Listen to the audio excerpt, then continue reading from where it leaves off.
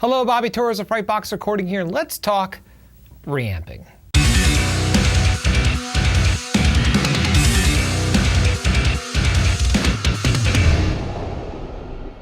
Now, before we begin, I just want to let you know that if you're into recording and producing, and more specifically, recording and producing heavy music, and even more specifically, recording, producing killer heavy guitar tones within your heavy music, you can have direct access to my guitar production workshop. Within this free training, I show you my exact process for dialing in a killer metal guitar tone at the source, how I go about editing my guitar tones for professional result, and finally, my simple and straightforward approach to mixing heavy guitar tracks. You can have instant direct access to the guitar production workshop simply by clicking the link below. Now, I get a lot of questions about miking up guitar cabs and what my process is for reamping guitars. And just recently, right now, I'm reamping guitars for an EP. So I figured, why not make a video and show you exactly how I go about reamping my guitars for an entire project. Okay, here's my reamp rig for this particular EP. Now, if you look here, I have a million microphones on this cab. I actually have 8 microphones on the cab itself, and I'm also recording these 2 room mics, and I have a mono PZM behind this shelf in the corner of my room that's also recording the guitar tracks as well. And let me just say this is completely dumb and unnecessary. 99.9% of the time, I only record either 1 or 2 microphones. Usually 2 at the most. And for me, it's generally just a 57 on the right spot of a V30. This is my favorite cab. It's a oversized Mesa Boogie cab loaded with V30s. And as you can see, I have my 2 SM57s here, and these are by far gonna be the main tracks within this project. But yesterday, Ben was here. Shout out to Mr. Ben Karras, who does a lot of producing out of this studio. He was reamping tracks for the new Legionary, and he had this rig already set up, and he was experimenting with some different microphones. And in particular, he was using the Hale, I don't remember the name of this, the Hale PR20 here. If you take a look, it's very similar to an SM57. I've used it on snare, but I haven't used it on guitar tracks yet. And he already had that set up in the room. I think he also had a single SM57, if I'm not mistaken. And he also had his vintage EV, what was it called? Oh, it's the EV RE16. Vintage microphone. I think he told me it's from literally from the 80s or 70s. And from what I know, he's had it for a long time, and that was already set up on the cab as well. So I decided today to just do some experimenting. Like I said, when I reamp tracks, I only use 57s generally. Once in a blue moon, I'll use a 421 in combination with a 57. But for me, less is more. And as you can see here, this is the complete opposite of less is more. This is complete overkill, but it's only an experiment just so I can hear how these different microphones sound on this cab. I also have 2 SM81s, as well as an SM7B. And then finally, I have here a Sennheiser 609. So now the question is, what's the point of reamping? Well, to be completely honest with you, honestly, plugins are more than good enough, or amp sims are more than good enough to achieve a fully professional guitar tone. I use a lot of amp sims within my own productions, but I'm a guitar player at heart, and I just love tube amps. In my opinion, they feel different than an amp sim, but as far as the resulting tone that you're gonna record, it's gonna sound great, this rig, don't get me wrong, but I can achieve the exact same thing with solid impulse responses and an amp sim. It's just fun to record live amps. I just enjoy the process. And today I'm having extra fun just by experimenting more, even though most of these are not gonna be used in the production at all, especially these room mics. But you never know. Now, if you're new to reamping, this is the way that this works. Right here, I have a live tube amp set up, completely analog with a couple of pedals. I have an overdrive pedal that I'm using and also a noise gate just to cut out some of the extra tube amp hum in between the stops. But what the amp is actually seeing, if we look at my screen here, this top track right here is a clean DI track, 100% clean. And these tracks were recorded just with a simple 2-channel interface, no DI box, just the guitar plugged straight into a 2-channel interface, and they were recorded in a home studio. But I'm taking these individual tracks and sending them through this rig. And then all 11 of these microphones are being re-recorded back in to my DAW. So to be extra clear here, that clean DI right here, that's just a clean guitar, no processing at all, is being sent out of my interface through my snake box here, and then into a reamp box. Now, if you're gonna reamp at home, you need a reamp box because the line level that's coming out of your interface is line level, and it needs to be converted to instrument level or a high impedance level.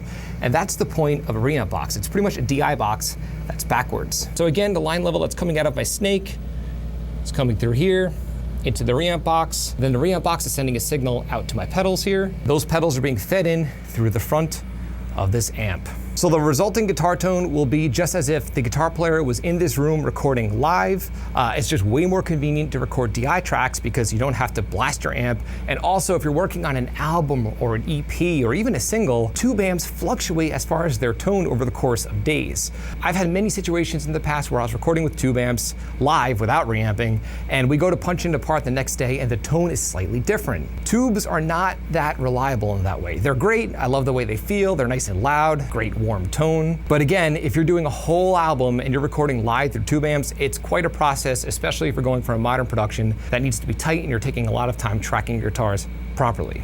So if I go back to my computer here and I hit this space bar, you're gonna hear a guitar part coming through this amp. Let's check it out.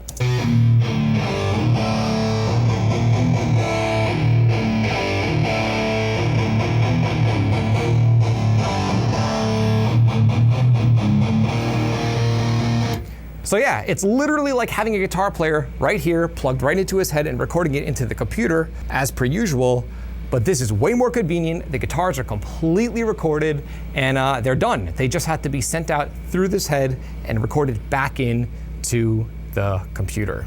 So just to be ultra clear here, let's hear what these DI sound like before they hit the amplifier.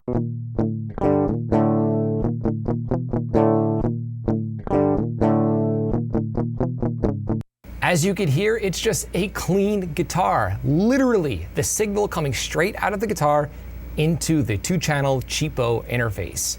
But then this track here is sent out through the head, like I showed you before, and the result here are a bunch of live amp tracks. Now also, if you look here, you're gonna notice a bunch of individual audio files. And to be specific, I have 8 audio files, and the reason why is this is a 4-song EP.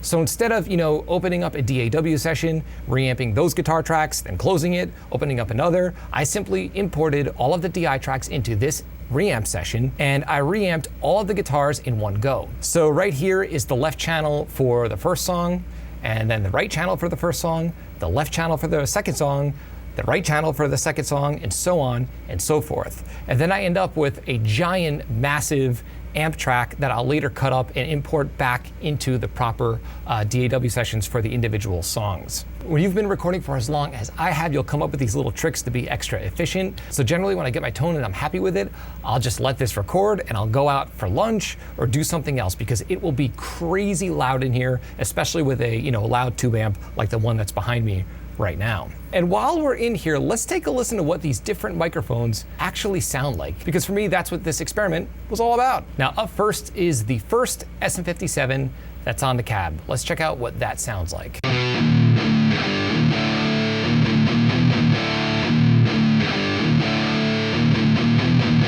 I'm telling you, you can never go wrong with a single SM57 on the right spot of a V30, and that's exactly what this is. And then I have a second SM57. Let's see what that sounds like.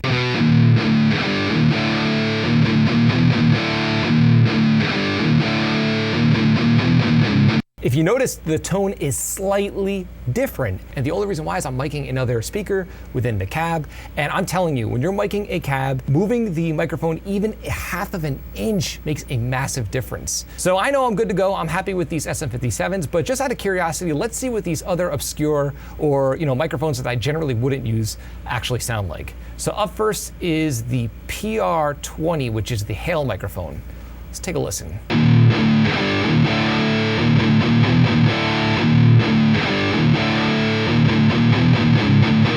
Pretty cool. It's very similar to the SM57. Actually, this recording was the exact same speaker as the first SM57, but as you can tell, this microphone sounds slightly different, and also, obviously, it's a slightly different mic placement from the first mic, so it has a slightly different tone, but still pretty cool. Still attached to my 57, but not bad on the PR20. Let's hear the vintage EV RE16.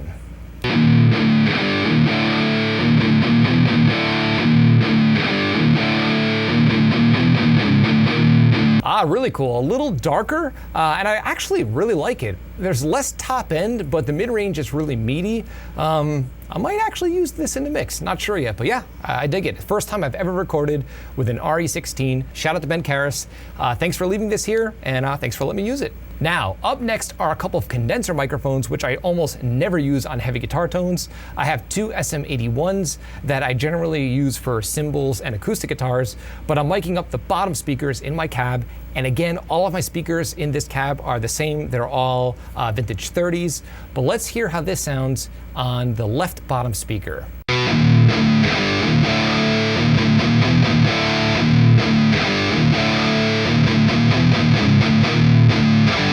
Wow, I'm actually shocked how much I like that. I expected this to be way more harsh and bright in the top end. And it sounds pretty cool. Let's hear it again compared to the 57.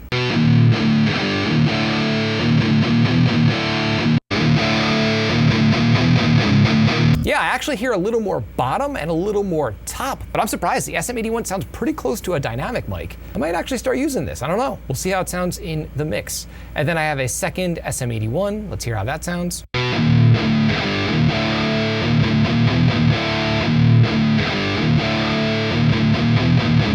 Character is slightly different because I'm miking another speaker, and obviously the mic placement is different. These two microphones are the same mic, but they sound slightly different. But yeah, I'm really shocked how much I actually like the SM81 on a guitar cab. I don't think I've ever used one, mainly because in the past when I've mic'd up heavy guitar tones with condensers, they were just too bright and too harsh, but I really like the way this particular microphone sounds on the cab. You learn something new every day.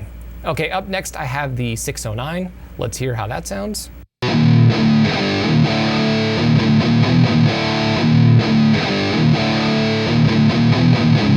Not bad, a little hollow sounding for my taste. It can sound cool as an overdub or maybe even as a lead guitar tone. Slightly different character from an SM57, something different going on in the mid-range. Pretty cool. I probably wouldn't use this as my main heavy tone, but not bad.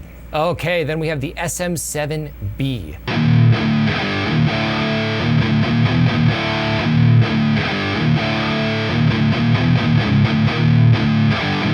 All right, I really dig it. A lot of bottom. I hear more bottom on this track. Again, this is a completely different speaker from the SM57s, but I dig it. The mid-range is a little more linear, sort of in a way, but it sounds completely usable. Now for the wild card tracks here, let's listen to the mono room.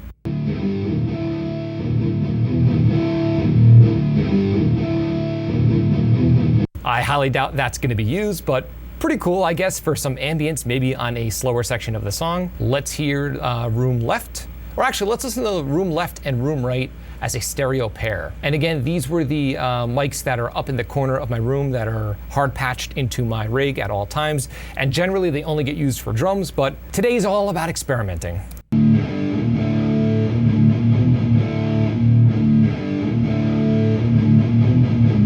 Just out of curiosity, let's hear how these sound in conjunction with a mono 57. Just curious.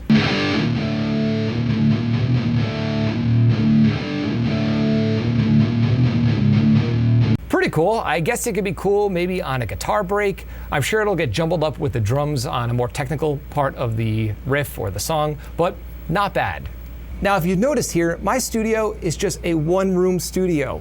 And like I mentioned earlier in this video, what I tend to do when I reamp guitars is I just set up all my tracks ready to go and I reamp the entire EP or album in one go, and then I'll go out for a bite to eat because it is crazy, crazy loud in here when there's a tube amp blasting, 5 feet away from your head. And I also forgot to mention this. If you notice, I just had left guitar, right guitar set up for all the songs. 90% of the time, I don't reamp leads because it's just not necessary. The main bulk of your tone, or the main bulk of your mix in general, is gonna come from your drums, bass, and rhythm guitars. All of the other details like lead guitars, overdubs, reamping, all that is overkill. And obviously miking a cab like this is overkill as well. But like I said, I'm just in a experimental mood today. 99.9% of the time when I'm reamping, I'm just using 1 or 2 SM57s.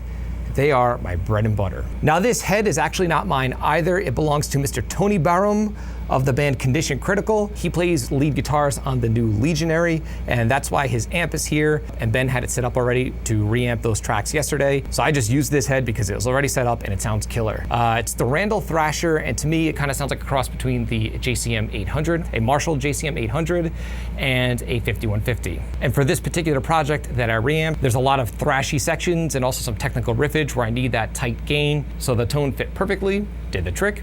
It sounds killer. Okay, so right there is my exact process for reamping guitars. And like I said earlier in the video, generally I'm only using 2 microphones. Very rarely do I blend in a third, and almost never blend in a fourth, let alone 11 mics. This is just an experiment, just checking out some other microphones. Also, Ben leaves some cool stuff here at the studio, so I figure since it's here, why not check it out and see how it sounds? But don't think your rig has to be complicated. All you need, and all I generally use, is a single SM57 on the right spot of a V30 within my favorite Mesa Boogie cab, which is an oversized cab loaded with 4 vintage 30 speakers. Now, if you dug the guitar tones you heard in this video, you can download an exact impulse response that I've taken of this exact cab. There's a link below in this video's description. The IR is of a single SM57 pointed at the right spot of one of the 4 V30s in this Mesa Boogie cabinet. Again, there's a link below, download it, it's all yours. So I'd love to know, what did you think of my process for reamping guitars? And also, do you reamp out of your own studio, or do you mainly stick with amp sims, or do you just record tube amps live? Leave a comment in the comment section below. I'd love to hear your opinion. If you found this video helpful, like, comment, subscribe, and share. And do not forget to click the little bell icon so you can be notified every time I upload one of my weekly videos on all things metal rock production. If you're interested in some Frightbox swag, I've got t-shirts, mugs, and a ton of other cool stuff on the way. There's a link below to the Frightbox merch store in this video's description. And until next time, happy recording.